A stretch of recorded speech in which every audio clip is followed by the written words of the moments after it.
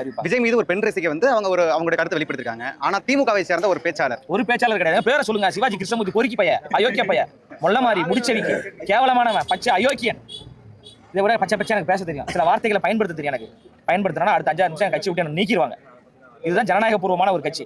அந்த ஆளு பேசி எவ்வளவு நாள் ஆகுது? இது வரைக்கும் கண்டித்து அந்த கட்சியில் யாராவது ஒருத்தர் ஐயா ஸ்டாலின் அவர்கள் சொல்றாருல, தாய்மார்கள் கொண்டாடும் ஆட்சி திமுக, பெண்களுக்கான ஆட்சி திமுகன்னு சொல்றாருல, வெள்ளும் தமிழ் பெண்களா சொல்றாருல ஐயா ஸ்டாலின் அவர்களே. உன் கட்சியை சார்ந்த ஒரு நபர் சிவாஜி கிருஷ்ணமூர்த்தி, அந்த சிவாஜின்ற பேரை கொச்சப்படுத்துறான் அந்த பையன், அயோக்கிய பையன். சிவாஜின்றது பேர் வந்து ஒரு நடிகர் திலகத்தினுடைய பேரை இருந்தாலும் கொச்சப்படுத்திட்டு இருக்கான். அந்த நபர் உட்காந்து எங்க கட்சியினுடைய பெண் நிர்வாகிகளை குறித்து இப்படி கேவலமா பேசுறாரு. நீங்க தானே சொல்றீங்க இது பெண்களுக்கான ஒரு ஆட்சி, நேரத்தை கட்சி விட்டு நீக்கிருக்கணுமா கூடாதா? கைது பண்ணி சிறையில் அடைத்திருக்கணுமா கூடாதா? அட்லீஸ்ட் பாத்ரூமில் வலிக்கு விழுந்தாருன்ற ஒரு செய்தியாவது வந்திருக்கணுமா கூடாதா? அப்ப நீங்க அப்பான்றீங்க?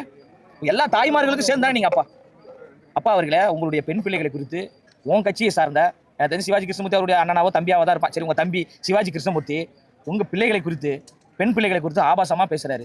நீங்க என்னங்க ஐயா சொல்ல போறீங்க? அப்பா தானே. நீங்க நடவடிக்கை எடுத்தால் உண்மையிலே அப்பா, நடவடிக்கை எடுக்கவில்லை என்றால் எம்டி டப்பா.